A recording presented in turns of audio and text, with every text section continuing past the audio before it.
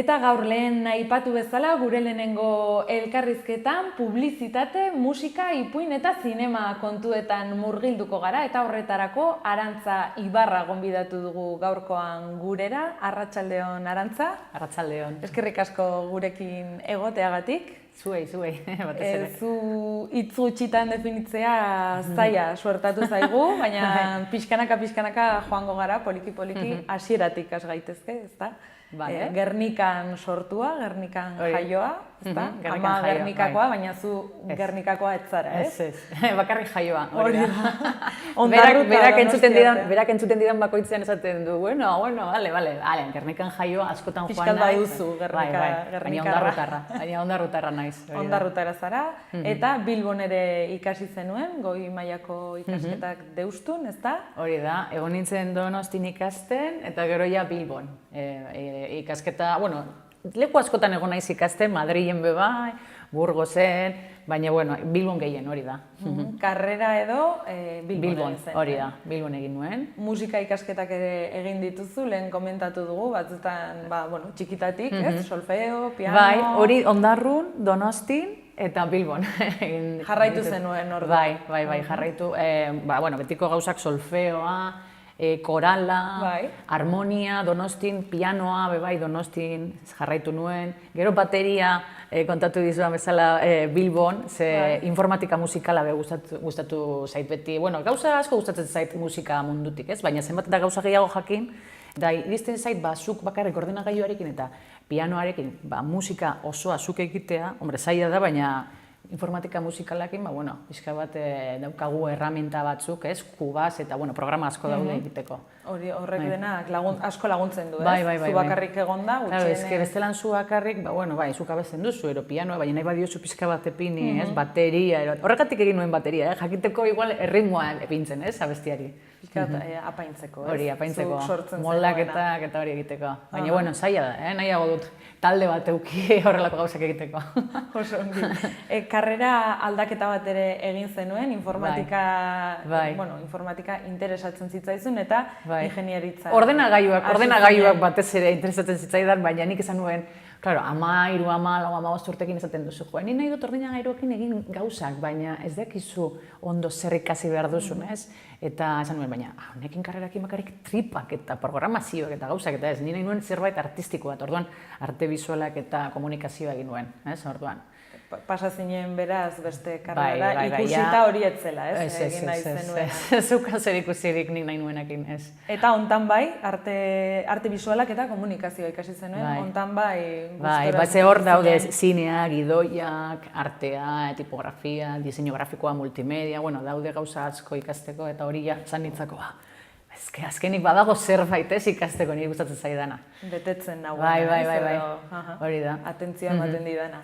Karrera bukatuta zer egin zenuen? Uste dut horra zinela publizitatearen mundutik, ez da? Claro, hasi nintzen BSB publizitatean lanean, dala estatu mailan, hanbeste bulego daukate, hasi nintzen Bilbon, diseinadore grafiko bezala, spotak eta diseinuak eta gauza asko egiten. Lehenengoko nire bideoak izan ziren spot publizitateko spotak, ez? Baina gero hor diseinadore grafikotik arte zuzendari bezala, ez? Jarri ninduten Burgosen. Da orduan joan nintzen Burgosera bizitzera. Ibili naiz Burgosen, Madrilen, Sevillan, leku askotan egon naiz bizitzen, baina publizitatean egon nintzen Burgosen. Eta, ikusten nuen, igual pixka bat nire burua zegoela, beti gauza bardinak egiten, eta ni nahi nuen idatzi, eta gidoiak idatzi, eta gauzak egin, eta Madrilera joaten nintzen musikalak nahi nuen egin, idatzi, baina mundu oso zaila zen eta gero bueltatu nuen Bilbora berriro, beste estena tokiak eta horrelako gauzak egiteko esango dugu beste punto batera, ez? Publizitatea baino gehiago, estenografiak sortu. Beste gauza bat ikasteko. Beti gustatu izan zait gauza ezberdinak ikastea. Eta gero azkenean dena uztartzen dituzu, ez? Nola baitere. Claro, azkenean zine munduan behar duzu musika, gidoia, estenotokia, behar duzu jakin pixka bat denetarik, ez? Eta naizta zuzentzen egon agian horrek ere laguntzen du, ez? Besteak asko. Ulertzen eta marrazkiak ere asko laguntzen dute, egiten baduzu marrazkiak eta idazten baduzu historiak egiteko eta jakiteko zelan nahi duzun plano bakoitza zelan joan, nik uste dut zineak dana egiten duela, dana barkatzen du, ez? Orduan, nik pentsatzen dut gehien gustatzen zaidana, naiz eta musika, naiz eta gustatu idaztea, zineak dauka dana, ez? Pizka denetarik dauka. Publizitate garai horiek zenbat luzatu ziren, zenbat urte egon zinen? Publizitate hor 5 urte, 6 urte gutxi gora bera egongo nintzen, eta gero ia zin nintzen esan dizuen bezala, ez dena tokiak, ez danak etorlako gauzak egiten, baina ja hor, ja idazten nenbien asko bai, idazten, eta zaten, honek denpora kentzen dit, ez, horlako gauzak egiteko, eta nahi nuen, idatzi, ipuinak idazten nuen, baina gidoiak bai, baina gidoian mundua iristen zitzaidan zailagoa, ez? Klaro, bidaltzen duzu ekosle askori, eta inoek ez dizut erantzuten ezebez, ero igual idatzi duzun gauzak zerbait zure ideiak ikusten duzu beste leku batzutan, eta beti eman dit beldurra. Hori gertatzen da, ez da, komentatu dugu ere, hasi horretik eta amorrua handia sortzen du, ez? Bai, niri gertatu... Zure ideia lapurtzea, ez? Bueno, lapurtzea kakotxik gabe. Hori da, bai, lapurtu egiten dizute, eta gainera, ezin duzu egin ezebez. Zezuk erregistratzen duzu gidoi bat, baina zure zati bat hartzen dute, eta orduan ja, ero izenburu aldatu, ero pertsonaian izenak aldatu, ez oso erraza da. Ezin duzu egin ezebez hor. Eta moldatzen dira hor zuk inolako... Claro, beraiek diro gehiago daukate, ezin duzu egin ezebez, oso zaila da. Egon nintzen, momentu batean begiratzen abokatu batekin, baina esan zidan oso zaila zela. Naizta gidoia erregistratu, pertsonaia bakoitza ere erregistratu behar delako, eta azkenean hori dirutza da. Eta ez duzu espero, ez? Inork... Ez duzu espero, ez zure ideiarekin ezer esan gabe zerbait aparte sortuko duen. Claro, zu normalean hasieran hasten zara, borondate handiaz beti, eta gero jaten zara, hau ez dut erakutziko inori, hau ez, baina, klaro, ez baduzu irakusten, ezin duzu egin ezebez, eta orduan, ez dakizu zer egin, ez, azkenean. Ero, nik egingo dudana, baina, klaro, diru handia behar da, ez, zinerako eta horrelako gauzak egiteko oso zaila da. Eta esperientzia txarrak izan ditut, horrelako gauzetan, gero batzuk, esan dizuen bezala, batzuk ezagunak egin direnak, ez? Eta esaten duzu, hor bai egongo nintzen ondo, ez? Baina, klaro. Baina hola geratu Horrela geratu da, eta orain, eta gaur egun ere gertatzen zait, horrelako gauza txikiak, baina, bueno, ja, pizka bat, ja badaukazu baizuk, zeineri erakutzi, ero esaten duzu, ero ez dute bidaliko jende guztiari, bakarri batzuei, baina ala eta guztiz ere oso zaila da, oso zaila. Baina guzti honen gainetik ere ipuin mordoa idatzi duzu. Hori da, hasi nintzen ipuinak egiten, eta lehenengoko ipuina izan zen basotxo eta zuaitzak. Basotxo izan zen nire pertsonaia eta nire daukat, basotxo daukat, lehenengoa, ez, normalean argitaletxe bat dagoenean, ez, publikatzen dizun, argitaratzen dizun gauza bat, zaila izaten da. Eta orduan, erein argitaletxeak eman zidan aukera, eta basotxo izan zen ditzako, nire umea bezala, ez? Ni ama izan nintzen, ez, basotxoena. 2006 urtean izan zen, ez? 2006. Egon nintzen idazten, 1994 lautik, eta 2006an lehengoko bidar zan zerbait argitaratzen nindutena. Orduan niretzat izan zen, lehengoko liburu bat ikusten nuenean, eta gaur egun ikusten dudanean, gauza txiki bat da, eta nik egin nuen marrazkiak, diseinua eta dana. Argitaletxean irakutsi nuen den bezala, ez bakarrik ipuina Word batean bidali, ez marrazkiak, diseinua dana. Beraiek eukitzeko erreza egiteko, ez? Eta, daukat oso, pertsonaia hori erregistratu nuen, bestea gertatu zitzaidana, ez gertatzeko, marka eta dana egin nion, eta basotxo ere, horregatik, pelutxe bat ere daukat etxean, amak egin zidana, basotxorena, eta horrelako gauzak. Hori, eta nire lehengo pelikula biak daukat gehien maite dudanak, ez? Ze lehengoak direlako, lehengo ipuina eta lehengoko pelikula. Lehengo pelikula zigortzaileak. Zigortzaileak. Basotxo egin nuen, gero Saiku detektibea, Telina vampiroaren etxean, eta lehengoko pelikula izan zen zigortzaileak. Baina zigortzaileak baino harinago egin nuen gidoi bat animaziokoan mobilak deitzen dana, gero hitz egingo dudana, baina hori gelditu zen hor, ze niri gustatzen zitzaidan animazioko, marrazki bizunak asko gustatzen zitzaidan, ez? Eta, batez be fantasiazko gauzak eta hori, ez? Eta orduan esaten nuen, nahi dut egin hau gidoia, egin nuen, aurkeztu nuen, eta aukeratu zidaten Merkado Itinerante de Guiones de Cordoban, hor, estatu maila guztitik 20 aukeratu zuten, ekoizleei iragusteko. Eta orduan, pitchin bat egin behar genuen, eta hori dana. eta kriston urduri, ez, horrekoizleak, eta ez daize, baina 3 ekoizle egon ziren, nahi zutenak nirekin hitz egin gero, horrei buruz, animazioan egiteko, baina gero konturatu nintzen oso zaila zela, porque diru asko behar zuten, zeukaten beste gauza batzuk merkeagoak egiteko, eta hor gelditu zen, ez? Eta hori egin nuen, pasan nuen, aparkatuko dut hau, eta pertsona errealakin zerbait egingo dut. Eta orduan zigortzaileaken gidoia egin nuen, pertsona, ez? Naiz eta izan pixka bat gaztetxoentzat, esan nuen, egingo du pertsonakin, ze animazioan oso gareztia da, eta orduan zigortzaileak buruz hasi nintzen egiten, zigortzaileak da eskolako erasoei buruz, baina abenturazko istorio bat gaztetxoak ikusteko. Ze bullying adibidez da gauza serio bat umeak beraiek ez dutena ikusten. Ze dokumentalak eta pelikulasko daude, baina beraiek ez zaie interesatzen. Ze oso dramatikoak dira, eroso gogorrak. Eta helduen ikuspuntutik agian, ez? Klaro, eta beraiek, eta zaten du, beraiek dira, pairatzen dutena, sufritzen dutena, eta egiten dutena, eta ez gara heltzen beraiei, ez? Orduan, zerbait egin behar dut beraiek ikusteko eta beraiek konturatzeko zer egiten duten. Da askotan galetu dute, eta hori fikzioa da bakarrik gero zelakoa da. Da ni beti izaten dut, ez hori nik txikitan ikusi egiten nuen asko. Ze, klaro, nire lagunak eta asko txarto pasatu izan dute, ez? Da orduan hori dana barruan daukasuna nahi nuen atera, baina era batera eurak ikusteko, ez, gaztetxoak. Eta agian denok ere identifikatzeko, ez? Denok ikusi ditugulako, ez? Hori da, baina batez ere ez bakarrik gurasoak, irakasleak. Baizik eta beraiek, ez? Beraiek gaztetxoak. Eta ikastola askotan egon naiz pelikulakin hitz egiten, gaztetxoekin hitz egiten, eta asko gustatu zaie beraiei, umei, bai nagusiei, eta daude orain lantzen. Orain hasi dira batez ere lantzen gehiago bera filma bullyingako partetik, ez? Eskolako eraso eta horrela geurekin galdetzen.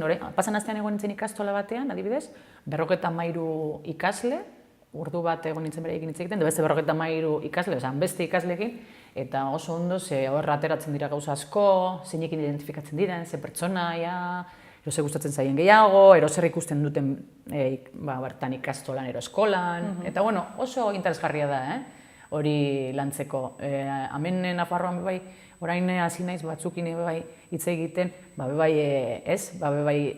honako hitzaldi batzuk eukitzeko gaztetxoekin, eta saiatuko naiz mugitzen gehiago bai, ez? Beraz, fikzioa da eta ez. Hori da, fikzioa benetako gauza batean, ez? Oinarrituta, baina aktorea, pertsona benetakoak, casting bat egin genuen 1500 ume, 1500 ume, ze, klaro, danak hor agertzen diren ume guztiak, danak dira barriak, ez dute egin ez zebez, eta 1500 pertsona agertu ziren bai Iparraldetik, bai Bizkaiatik, bai Gipuzkoan, beste lekutik, ez? Eta aukeratu behar genuen, eta nik aukeratu nuen behatzi ume protagonistak, eta gero asko bai figurazioa, eta ez? Baina oso zaila esan zen, zenik naukan buruan sartuta, baina fizikoki bai pertsonak izelan izan behar ziren, eta orduan aurkitu arte, ez? Ezaten dena horre pertsonak, eta gero pozik gelditu nintzen, ze aukeratutako umeekin, ez, gustura gelditu nintzen, Gustura lan egin zenuen. Bai, ze ikusten dudan bakoitzen pelikula, zaten du, zelako freskoak, eta zelako ondo ikusten dira, oso ondo, beraiekin egon nintzen lan. Goazen ere ikusleak ikus dezan, hori da, zigortzaileen zatitxo bat ikustera. Gogo handiak, festarako, denok batera, joateko laguna lagu, nak datoz jende barria, ezautzeko festa handia, kristona dator, emozioak indarraz datoz, irrikatzen denok alda batera, dantza egiteko, festa handia, kristona dator, emozioak indarraz datoz, irrikatzen denok alda batera, barrezka ibiltzeko, gogo handiak, solasteko, barre algaran, ibiltzeko, dantza eta bestuz, jolasean, emozioaz, zoratzeko, festa handia, kristona dator, emozioak indarraz datoz, irrikatzen denok alda batera, dantza egiteko, gogo handiak, solasteko, barre algaran, ibiltzeko, dantza eta bestuz, jolasean, emozioaz, zoratzeko, festa handia, kristona dator, emozioak indarraz datoz, irrikatzen denok alda batera, dantza egiteko.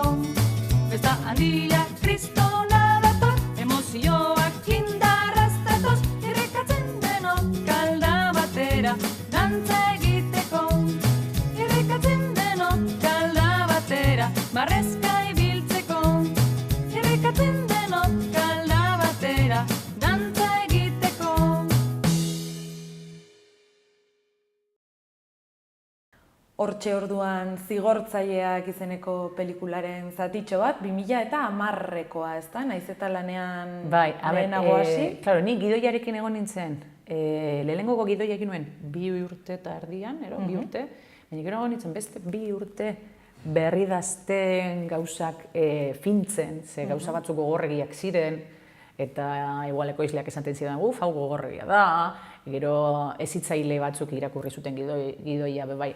Osea, berridazten egon nintzen bebai pixka bat, ez?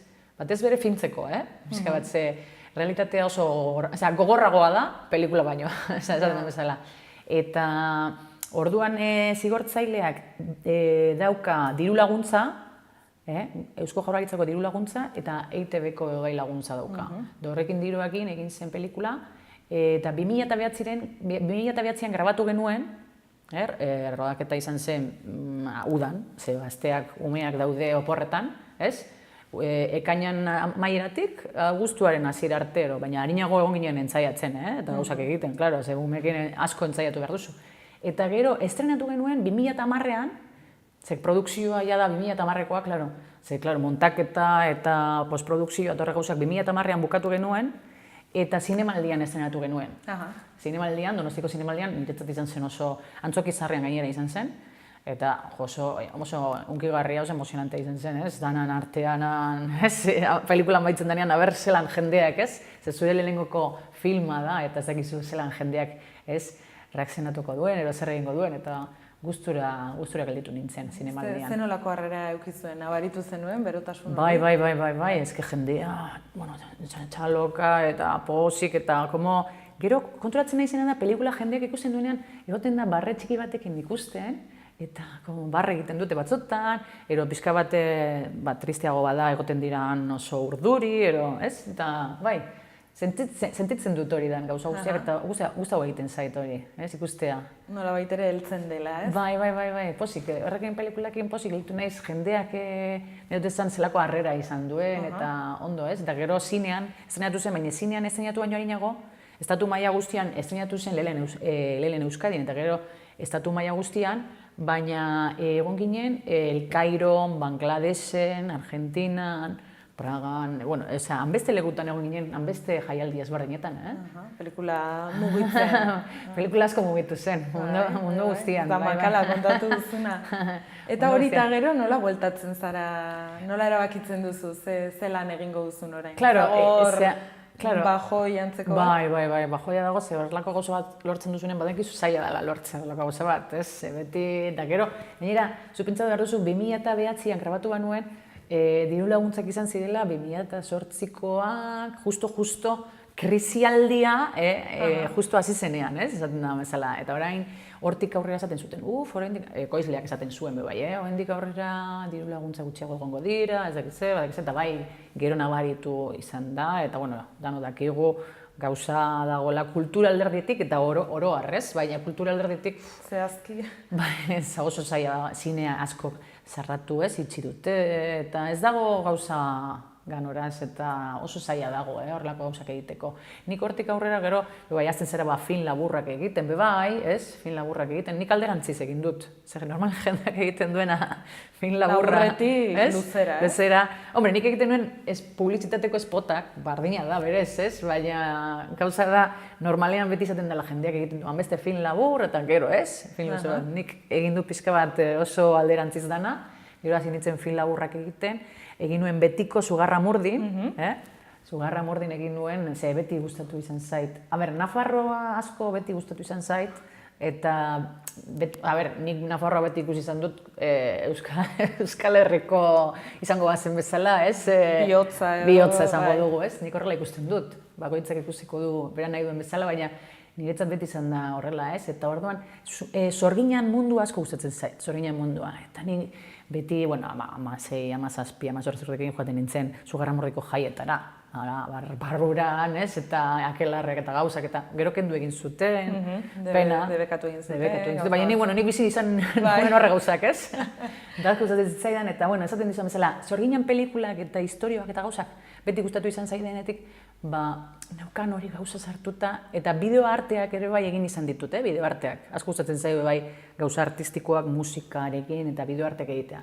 Orduan nahi nuen film labur bat egin, pixka bat, ez artetan zeguko film labur bat, ez da film labur normal bat. Nahi nuen egin pixka bat horrela, ez? Antzeko zerbait. Nazte bat.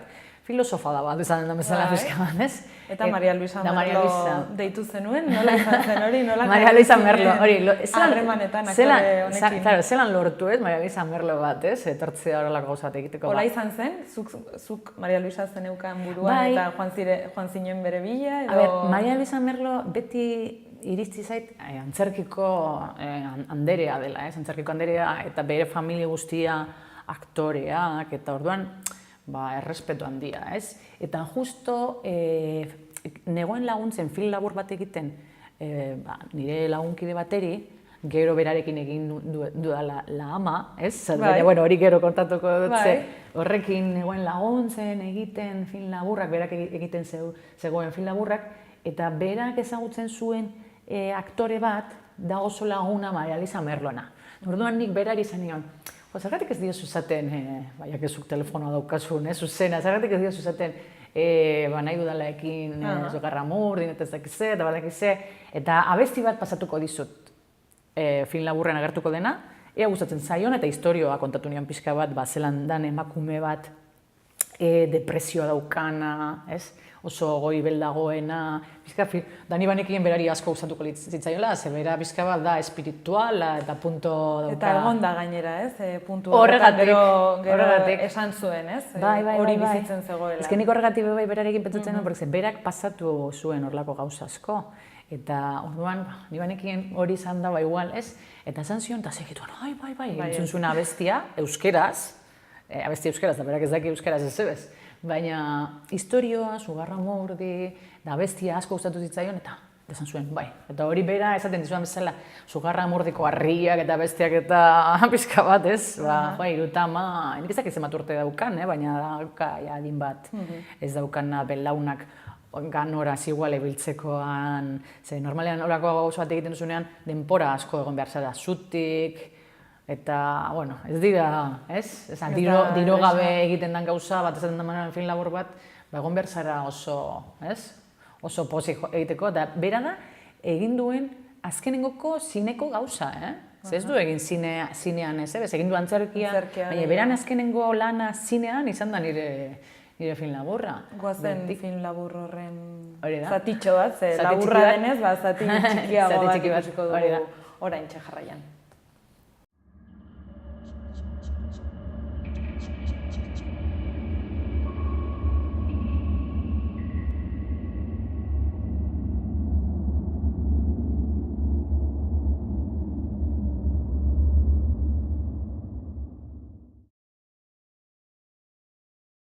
Eta nolakoa izan zen Maria Luisa Merlo bezalako aktore bikainarekin, ez? Esango dugu, ez dago adjetiborik, ez? Nola izan zen berarekin lan egitea? Oso ona izan zen, bera da oso sentikorra, eta igartzen da daukala pasauta gauza asko, eta dauka mundu asko, eta orduan asko irakusten dizu, ez? Asko irakusten dizu, eta lagundu egiten dizu, ez? Gauza asko egiteko.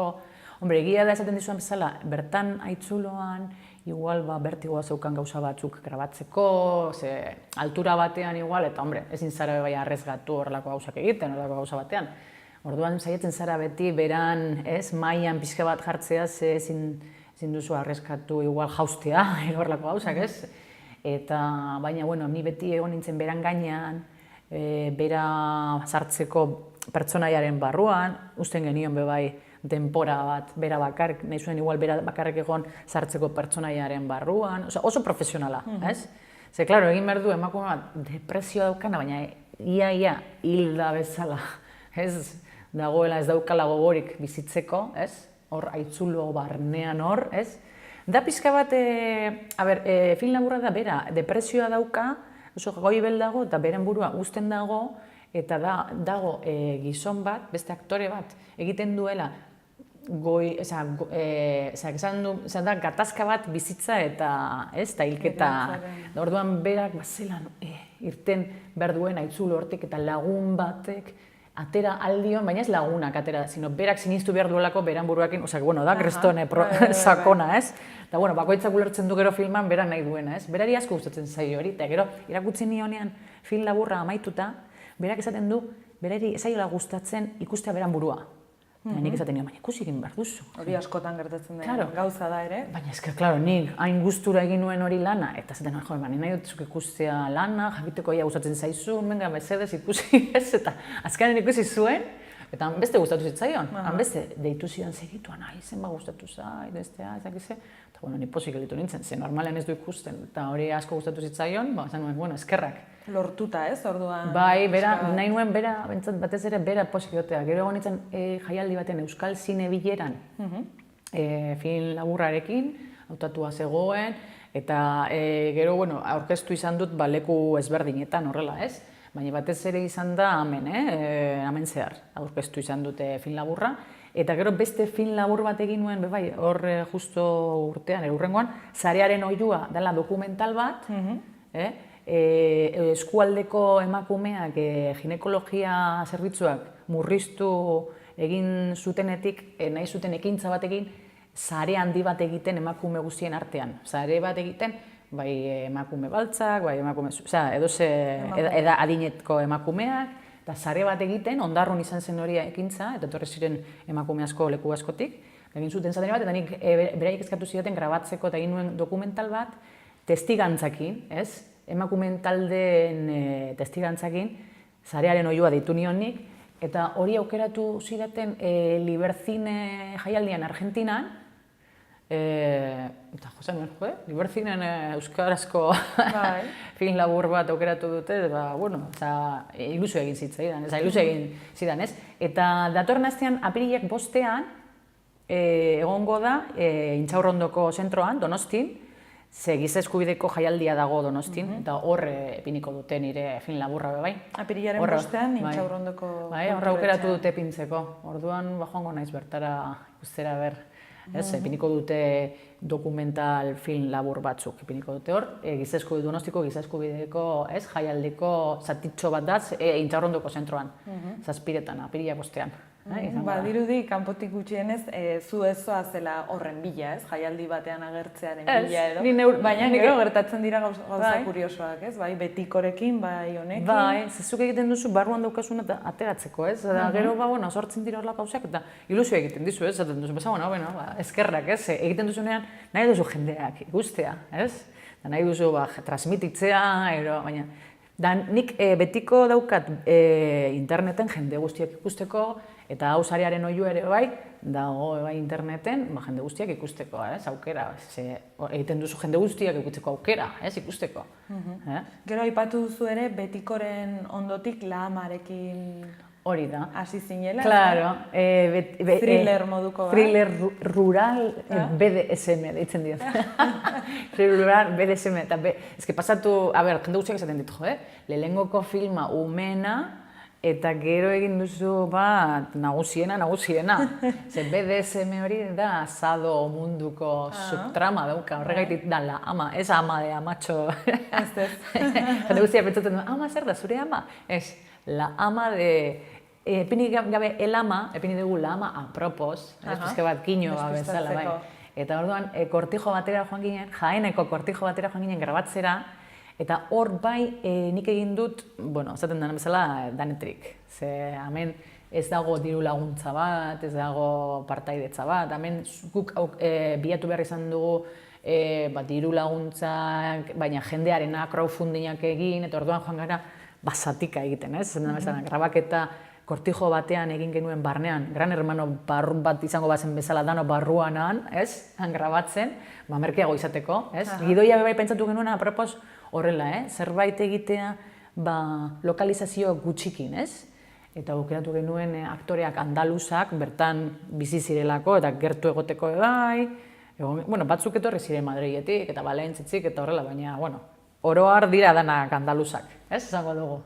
Eta, bueno, esperientzia bat izan zen oso gogorra, Euki genuen, bai, hori BDSM sadoko munduko partean, euki genuen, bai, aholkulari bat, benetakoa, Mistire deitzen dena, bera dela benetako ama bat, baina da, ingeniera aeronautika da bera.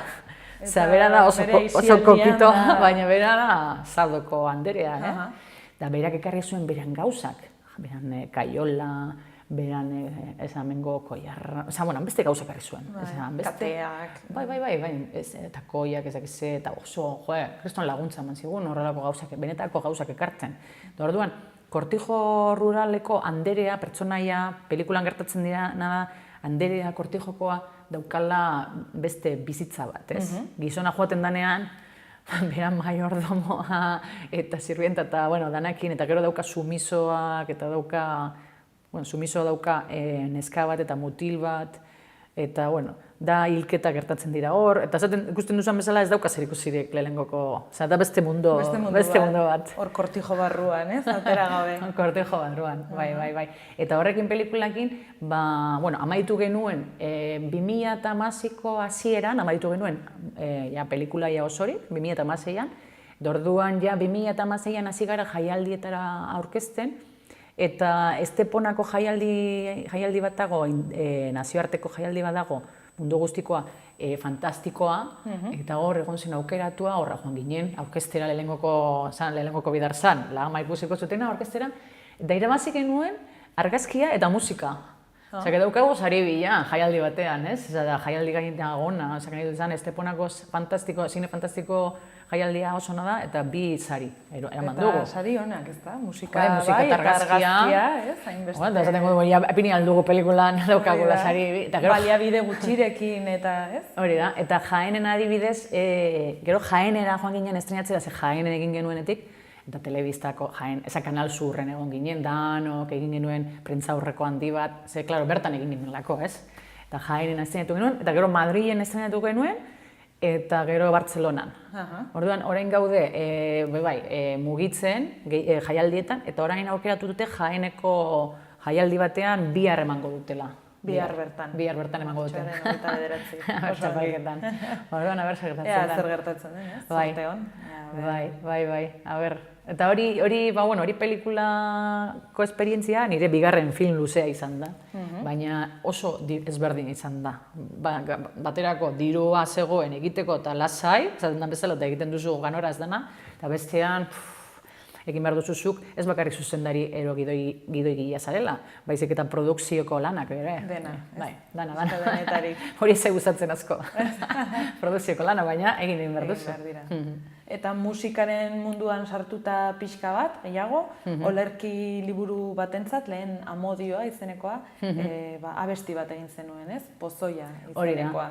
Hori da, egin nuen liburu bat lehen Amodioa 13, 14, 15, 16 urtekoentzat, hortik aurrera, irakurtzeko, eta da liburu bat ez da bertso ezberdinak daukana, baizik eta da istorio bat da, baina bertso ezberdinekin, lotuta dago dana. Normalean zuk bertsoak irakurtzen duzunean izaten da bertso bat eta listo, beste bertso bat eta ez. Baina hemen egin nuen istorio bat, baina bertsoekin. Eta orduan, neukan buruan hori abestia, eta neukan ja estribilloa, lehenengokutik. Pozoia zeraman, ez hori ja, eta hasi nintzen egiten eta egin behar dut, liburuarentzako abesti bat eta ez alda batea, biak. Estribillotik atera zenuen orduan abestia, ez? Oso, bai, zenukan segiduan, abesti batzuk etortzen zaizu, zigortzaileaken horrela gertatu zen, neukan ja estribilloa zigorra merezi duzu, ez zigorra, eta orduan rapeko abestia azkenean agertzen dena, hori bai egin nuen horrela. Ikusiko dugu ere zatitxo bat, ikusleak entzun dezan.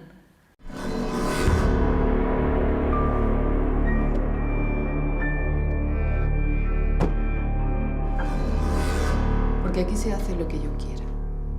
Solo existe un Dios en esta casa. Y es mujer. Yo.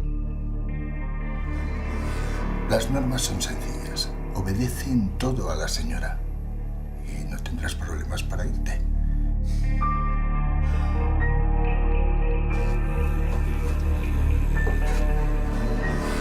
Resulta que entro a la habitación donde guardo mis cámaras y cuál es mi sorpresa al encontrarme con una chica guapa, amordazada.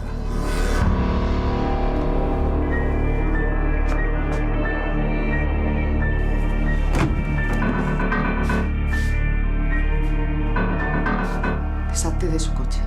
Así será, señora. La señora ha ordenado que preparemos la mazmorra otra vez. Vamos a tener una última sesión.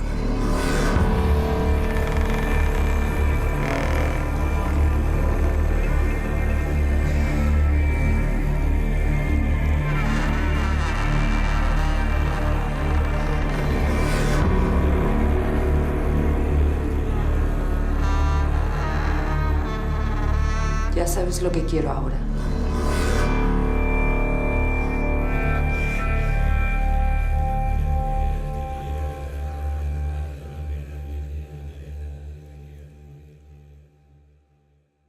Eta abestiekin jarraituz, Da Ze izeneko abesti bat, ez? Da Ze, Ike izena du abestiak, 2013an egin zenuen, eta hau omen da, ondarrun, eta zer esateko modua edo hitza, ez? Bai, han esaten dugu, Da Ze.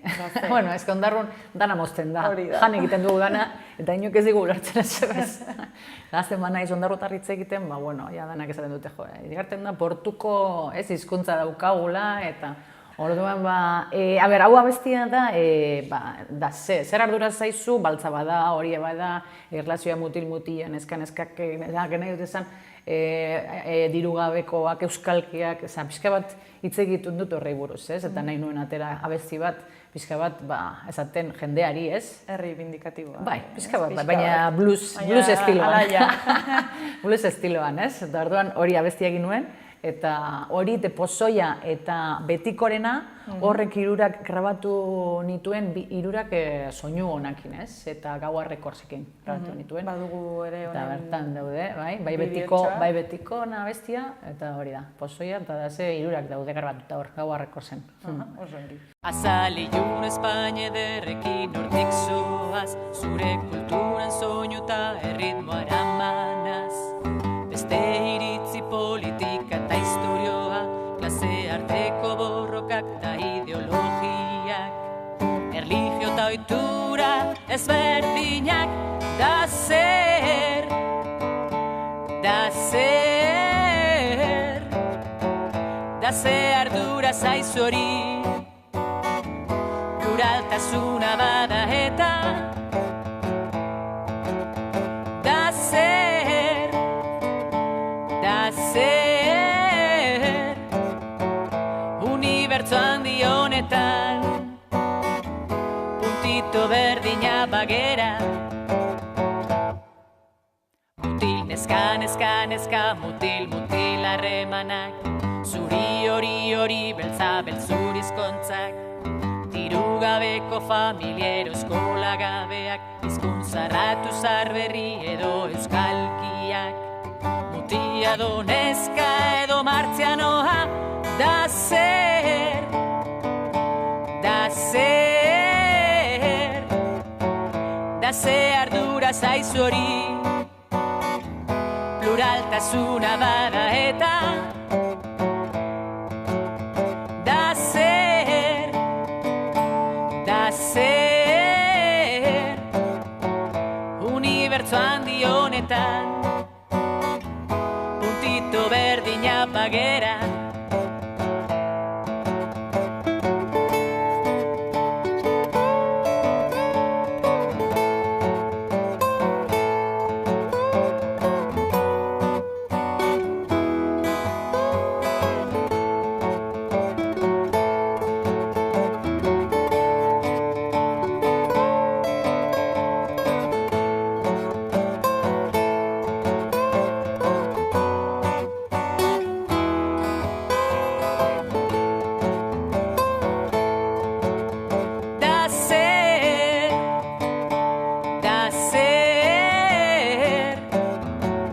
Da Ze ardura zaizu hori, pluraltasuna bada eta Da Zer,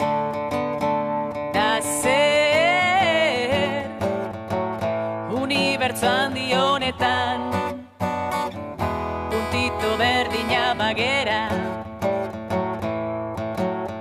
Da zer, da zer, da da da da, da da da da da da da da da, da zer, da zer, da da da da, da da da da da da da da.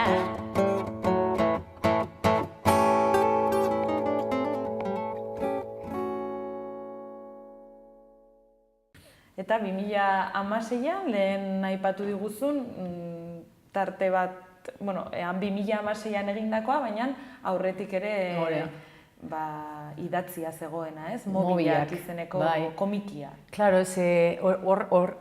hori zen gauza bat barruan neukana, imagina noiztik, Ze egin nuen gidoia pentsatzen marrazki bizidunak egite horrekin. Eta zan gauza bat, esaten nuena, ni pentsatzen dut dela abenturazkoa, polita, eta bueno, ikusi nuen bai ordu momentuan danak esaten zidaten zelako originala, zelako gona, eta claro, dirurik ez dago marrazki bizidunak egiteko denpora asko behar da horrelako gauzatik, egingo dut nik dana, eta aurkituko dut marrazkilari bat, animatzen den irekin egiteko, eta ondarrutar badago marrazkilari bat kaiet, bengotxea, ezagutzen dudana bera, eta zer iristen zaizu egiten badugu bion artean mobilak, eta nik joaten naiz pertsonaiek bidaltzen, storyboarra, nik esaten nion ze kolore, zelan izan behar zen begiak, zelan izan behar zen, klaro, nik marraztu egiten dut, orduan, berari joaten nintzen bineta, bakoitza, zelan joan behar zen ez zaten, eta lan bat izan da, egon gara 4 urte horrela, 4 urteko lana, ze bineta bakoitzak eromaten zigunan, beste denpora, eta klaro, historia egiten, nik neukan historia eginda gidoia, baina egokitu behar duzu komikira, ez? Zer, klaro, ni neukan eginda gidoia, eta komikiko historioak egiten dira bestera batera, ez? Narratzaileak zer esaten duen, bineta bakoitzean zelan bini behar den, eta horrelako gauzak, ez? Eta lehen eraman zidan niri denpora, baina gero batez ere marrazkiana, mundua, zesta, nik normalean marrazki bat egiten dudanean zer gertatzen zaio eguzkiari, adibidez, epintzen dudanean, zer gertatzen zaio eguzkiari niri ipuina kostatu zitzaidan asko, nik egin nuen marrazkiak horri bakoitzean egitea eta kolorean matea eta horre gauza guztia egitea, hemen horri bakoitzean, 7 bineta ero 8, nik izatzen bat. Bi pertsonarekin ere, ez? Eta hori bion arten denpora guztian, izan zen lan bat oso gogorra eta atera dugu, eta aurkeztu genuen Bilboko azokan, liburu azokan, gero Getxo Komik dago, Getxo Komikeko azokan, eta Durangoko azokan bebai aurkeztu genuen. Orain dela gutxi egon naiz Tolosan bebai, egon naiz bebai liburuarekin, eta bueno, mugitzen pixka bat, ez, liburua. Eta mobilak eta gero, zer gertatzen zaio eguzkiari ipuia atera zenuen? Hori da, zer gertatzen zaio eguzkiari harinago atera nuen, baina gero horri egin nion abesti bat, eta horrek dauka abesti bi. Bat ilargia, eta beste bat da, esango dugu ipuinaren abestia. Zer gertatzen zaio eguzkiari? Eguzkia maite minduta dagoela ilargiarekin, baina ilargiak ies egiten dio, ez?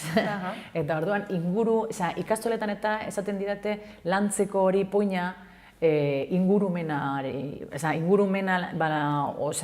beraiek lantzen dutenean planetak, ingurumena, asko usatzen zaio hori ipuina, poetikoa da bai pixka bat.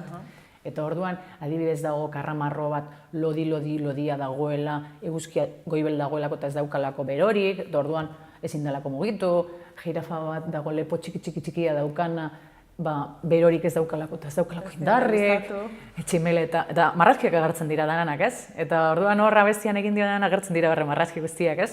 Eta tximeletak ezin du egan, ez daukalako indarrik, eta orduan dauka egoak horrela, ez? Bebeian, eta bueno, umei guztago egiten zaila, ez? Gaztetxoei. Niri hori ipuina gustatzen zaizelan geratu zitzaidan, dauka marrazkiak asko gustatu zitzaidan egite horrek. Eta ipuina bai da pixka poetikoa.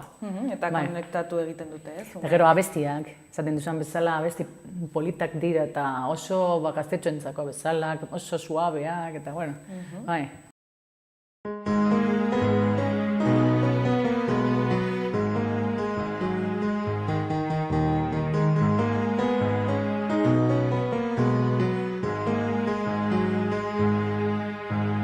Goibel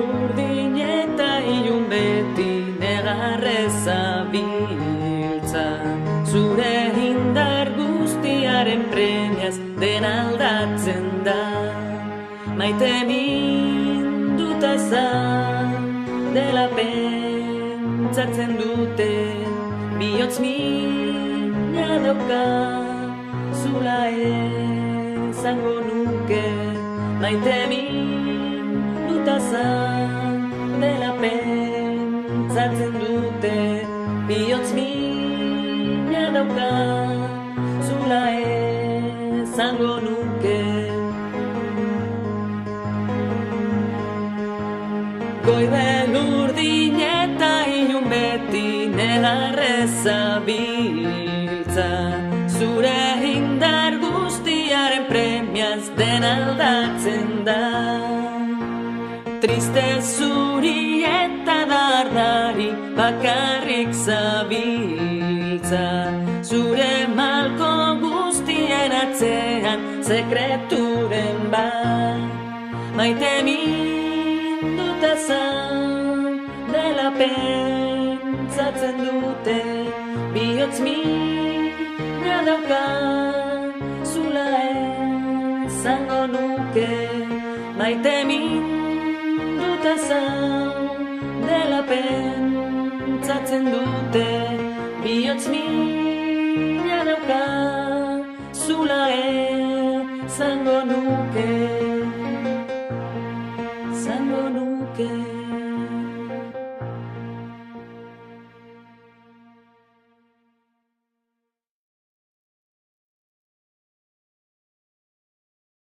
Ez dira abestia martxosoak, adibidez zigortzaileak bezala, direla martxosoak dira, igual bat da zehazkako abesti bat bezala. Lasaiagoak. Lasaiagoak, hori da.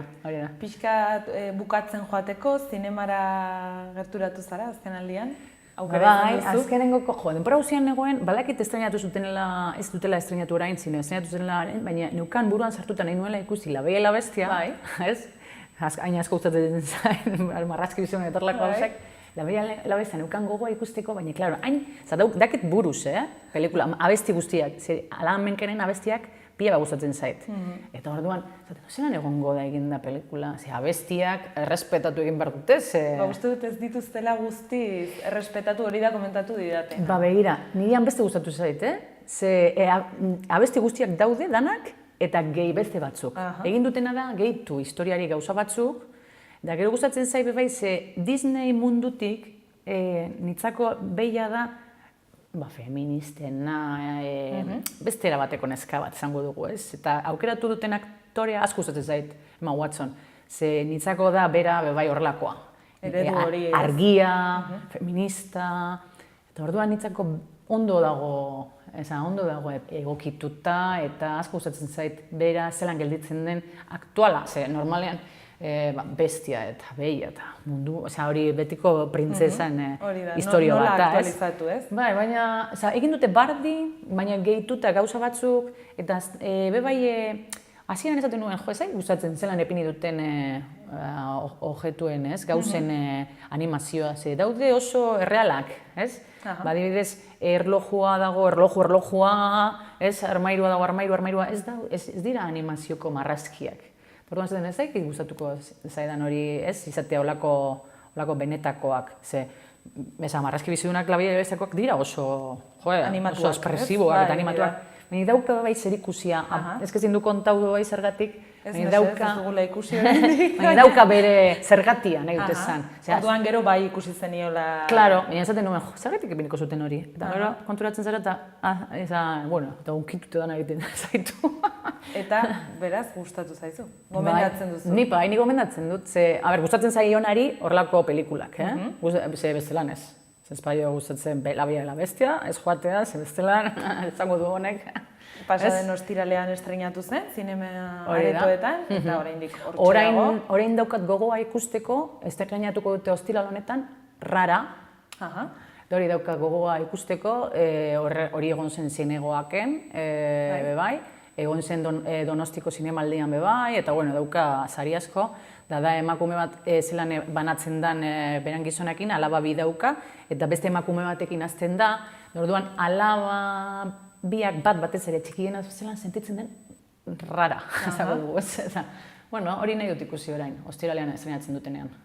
Uste dut hemen Yamaguchi Hori da. zinematan estrenatuko dutela, Bai. beraz, badugu hor bi aukera, oso ezberdin. Bai, ezberdinak, hori da, ezberdinak. Hori bentsa joango naiz ikustera estrenatzen dutenean, bai. Oso, ongi, komentatuko dugu ere, Arantza, hemen eukiko zaitugula gutxi gora bera, ez dakik gora indik 15ean behin, hilabetean behin gutxi gora bera. Komentatzeko estreinaldia, gero nahi duzuena, zinari buruz. Eta komentatuko dizut nik ere, ea ordurako Labeia Hilabeste ikusi dudan, eta komentatuko dugu. Bale, ea zer hori dut zitzaizun haber zuri, zango dazu. Bitartean gainera estreinaldi asko egongo da, beraz, eukiko dugu ere berriz komentatzeko. Mila esker gurekin egoteagatik, eta egun hona izan, eta beste bat arte. Bueno, ero arte.